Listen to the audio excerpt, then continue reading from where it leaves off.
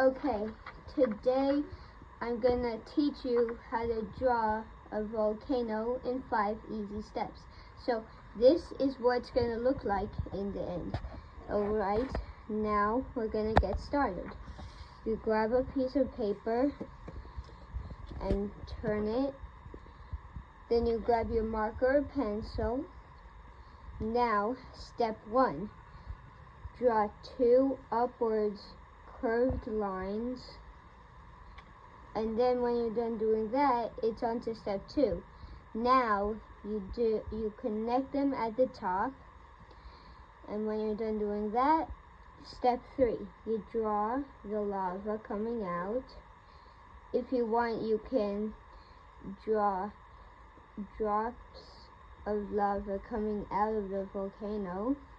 And now step 4, connect it at the bottom. And then when you're done doing that, step 5, make the ground. You draw 2 lines in the middle of the volcano so it looks 3D. And you can draw dots for sand, and then if you want, you can color it in. And now you have your volcano.